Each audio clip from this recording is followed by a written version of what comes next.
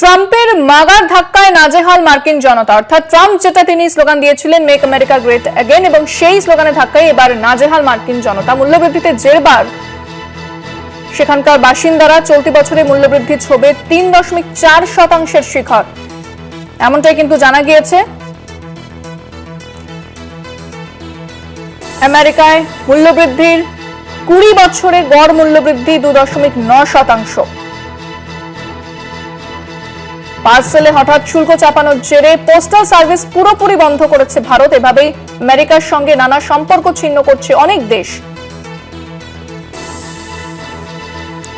এ বিষয়ে বিস্তারিত কথা বলবো। আমাদের সঙ্গে নিউজরুম থেকে রয়েছেন political editor Ashis Chattopadhyay. Ashis, Trump যখন ক্ষমতা দখল করেছিলেন এবং সেই সময় যে স্লোগান দিয়েছিলেন মাগার, অর্থাৎ মেক আমেরিকা গ্রেট অ্যাগেন, সেই স্লোগানে এবার মার্কিনবাসীরা তারাই নাজেহাল হয়ে যাচ্ছে, যাদের স্বার্থের কথা বারবার মার্কিন প্রেসিডেন্ট বলে আসেন। কি জানা যাচ্ছে? দেখো, মার্কিন যুক্তরাষ্ট্রে মূল্য বৃদ্ধিটা এতটাই বেড়ে গেছে যে পরিবারগুলোকে মাসে $700-800 বেশি খরচা করতে হচ্ছে। এটা ভারতীয় মুদ্রায় যদি ভাবতে হয় তাহলে এরকম ভাবতে পারাই যায় যে $1 প্রায় 90 টাকা দাম, এখন 88 টাকা ছাড়িয়েছে। সুতরাং কি পরিমাণ বাড়তি খরচ মার্কিন জনতাকে করতে হচ্ছে সেটা এই হিসেব দিয়ে বোঝা যায়। যেটা মূল্য বৃদ্ধির পূর্বাভাস চলতি বছরের শেষে দাঁড়াতে পারে বলে জানা যাচ্ছে সেটা হচ্ছে 3.4%। এটা মার্কিন যুক্তরাষ্ট্রের পক্ষে খুবই বেশি মূল্যবৃদ্ধি। যেটা মার্কিন যুক্তরাষ্ট্রের গত 20 বছরের মূল্যবৃদ্ধির গড় সেটা 3%-এর নিচে, প্রকৃতপক্ষে সেটা 2.9%। সেটার থেকে অতটা বেড়ে প্রায় 3.5% যদি মূল্যবৃদ্ধি মার্কিন যুক্তরাষ্ট্রে হয় তাহলে সেটা একটা অভূতপূর্ব পরিস্থিতি। সেই পরিস্থিতির সম্মুখীন হতে চলেছে আমেরিকা।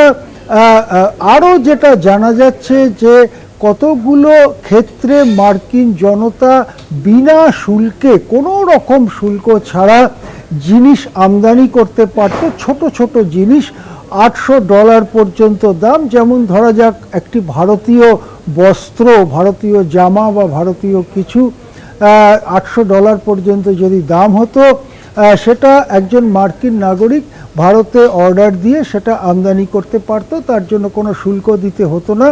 কিন্তু এখন যেটা জানা গিয়েছে যে $800 তো দূরের কথা, $5 মূল্যের জিনিসও বাইরের দেশ থেকে কেউ যদি আমদানি করে তাহলে তাকে বিপুল শুল্ক দিতে হবে। এবং এই কারণেই ভারত মার্কিন যুক্তরাষ্ট্রের সঙ্গে সমস্ত ধরনের ডাক পরিষেবা বন্ধ করে দিয়েছে। একই জিনিস অন্যান্য নানা দেশও করছে। ফলে যে জিনিসটা সস্তায় মার্কিন জনতা পেত সেই জিনিসটাই যদি পেতে হয় তাহলে তাকে 50% অতিরিক্ত শুল্ক দিয়ে কিনতে হবে, এবং সেই কারণে জিনিসপত্রের দাম দারুণভাবে বেড়ে যাচ্ছে। মেক আমেরিকা গ্রেট এগেনের বদলে আমেরিকা এখন পড়েছে বিরাট বিপাকে। আরও যেটা বিপাকের কারণ সেটা হচ্ছে কর্মহীনতা বাড়ছে। আমরা বুঝতেই পারছি যখন মূল্য বৃদ্ধি হচ্ছে এবং মানুষের প্রকৃত আয় কমে যাচ্ছে তখন দেশে অর্থনৈতিক কর্মকাণ্ডেও একটা ভাটা আসতে পারে, এবং সেক্ষেত্রে কলকারখানায় লোক নেওয়া সেটা কমে যেতে পারে। ছোটোখাটো কলকারখানা বন্ধ হয়ে যায়, ছোটোখাটো সংস্থা বন্ধ হয়ে যায়। আন্তর্জাতিক যোগাযোগটাও যদি কমে আসে তাহলে সেই সব সেক্টরে কর্মরত বহু মানুষ তাদের কাজ নিয়ে টানাটানি পড়ে। ফলে আমেরিকাতে কর্মহীনতাও বাড়ছে এবং সেটা বছরের শেষে আরও বেশি হতে পারে, এইরকম একটা আশঙ্কা। ইতিমধ্যেই ট্রাম্প প্রশাসন হাজার হাজার সরকারি বা সরকার পোষিত কর্মীদের ছাঁটাই করেছেন। তাদের অনেকেই কর্মহীন হয়ে রয়েছেন এবং নানা রকম সুযোগ সুবিধা যেটা মার্কিন নাগরিকরা পেতেন সেই সব সুযোগ সুবিধা ছাঁটাই করেছেন ট্রাম্প। ফলে বলা যেতে পারে যে খুব বড়লোক যারা, ধনকুবের যারা, তাদের কতটা ক্ষতি হয়েছে সেটা বোঝা শক্ত। এখনই কোনো হিসেব সামনে নেই, কিন্তু সাধারণ মানুষ তাদের জীবন একেবারে অতিষ্ঠ হয়ে পড়তে চলেছে মূল্যবৃদ্ধির জেরে, কর্মহীনতার জেরে। তার সঙ্গে যুক্ত হয়েছে বিভিন্ন প্রদেশের যে স্বাধিকার এবং তাদের যে নিজস্ব জিনিস, নিজস্ব প্রশাসনকে ম্যানেজ করার যে আইন মার্কিন সংবিধান অনুযায়ী তারা পেয়ে থাকে, তাকে নির্লজ্জভাবে লঙ্ঘন করছেন ট্রাম্প। বিভিন্ন জায়গায় কেন্দ্রীয় পুলিশ পাঠিয়ে যে কোনো ধরনের প্রতিবাদকে তারা দমিয়ে দিচ্ছেন।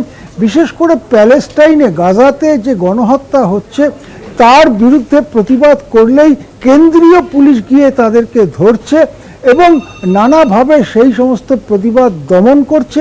সুতরাং শুধুমাত্র পয়সা কড়ির দিক থেকে যে বিপাকে পড়েছেন তা নয়, আমেরিকান জনতার মধ্যে যতটুকু গণতন্ত্র ছিল সেই গণতন্ত্রটাও পিষে মারবার চেষ্টা করছে ট্রাম্প প্রশাসন।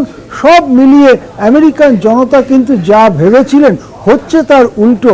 ভেবেছিলেন মেক আমেরিকা গ্রেট এগেন তারা চোখের সামনে দেখতে পাবেন, এখন মনে হচ্ছে যে দারুণ বিপাকে পড়েছেন ট্রাম্পের প্রশাসনে। একেবারে অনেক ধন্যবাদ আশিস। আমাদের সঙ্গে নিউজ রুম থেকে ছিলেন আমাদের পলিটিক্যাল এডিটর আশিস চট্টোপাধ্যায়।